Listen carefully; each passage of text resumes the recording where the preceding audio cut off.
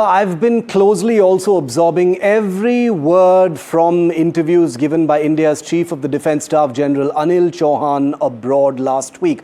The first since Operation Sindoor. And I know many of you have been waiting for my take on this. So here it is, straight and sharp, my 10 key takeaways from what India's top military man said and what he didn't, and how this furious political and other debate has been triggered. Number one, my takeaway is don't flinch at losses, don't flinch at truth. Let's start with the big one. The Chief of Defence Staff finally acknowledged that India lost some aircraft during Operation Sindoor. Well, good, because we should never have been defensive about it in the first place. This wasn't a backyard brawl. It was a deep penetration tri-service military operation with war aims, not public relations aims. Any mission of this scale is war-gamed with platform attrition built in. Losses aren't ideal, but they are expected in any high-intensity strike. The real error was allowing Pakistan's petty counting game to even take off. India's canvas was strategic. Their game was silly airframe arithmetic. Number two, why was the first interview not to India? It baffles reason that the Chief of Defence Staff chose to speak first to foreign outlets. He may have had strategic motives, perhaps to shape international perception, but in a democracy, accountability begins at home. The first debrief, the first perspective, the first headline quote should have come to the Indian people through the Indian media. It is a matter of principle, not preference.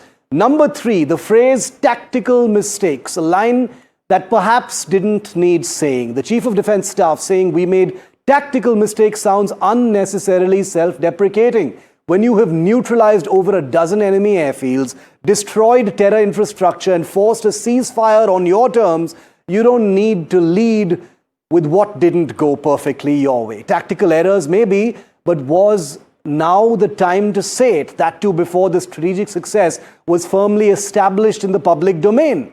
Number four, the word rational deserves a footnote. The CDS said both sides acted rationally. Well, from a pure escalation ladder theory perspective, maybe, but was the Pahalgam terror massacre a rational opening move? Was targeting temples and gurudwaras rational warfare? The Pakistan military may have reacted rationally after India's strikes, but its first act was anything but. The framing here matters deeply because this isn't chess, it is terrorism and war. Number five, Parliament deserves the first briefing, not foreign forums. That's my personal opinion. One fair question from the opposition has been lost in the noise. Why weren't Indian lawmakers briefed before the top general spoke to the world? Even in wartime democracies, legislative oversight is vital. The government must retain strategic control of messaging, but not at the cost of institutional legitimacy. Number six, a sorry media ecosystem may have forced the hand. Let's be honest, much of the Indian media, certainly not NDTV, disgraced itself during Operation Sindoor. Fake news, panic mongering, clickbait. Every competing network tripped over itself. Maybe that is why the CDS chose to go abroad to avoid the circus. NDTV stood alone in its factual, sober coverage of an evolving conflict scenario and was the only network that did not push out any ridiculous claims that were made by others. But the answer to a bad media ecosystem isn't bypassing the nation. It is cultivating better standards here. And yes, we at NDTV were the only ones who didn't fall for that garbage. Number seven, we should have led with enemy losses. While it is understandable to disarm enemy propaganda by admitting your own losses, and this should have happened way earlier, where was the official accounting of Pakistan's? I have personally been briefed by the Indian Air Force on 9 Pakistani aircraft destroyed in the air and on the ground, and perhaps at a future press conference in due course, this will come out officially. Why hasn't that been on billboards? Why isn't that the headline in our interviews, even if they're given abroad?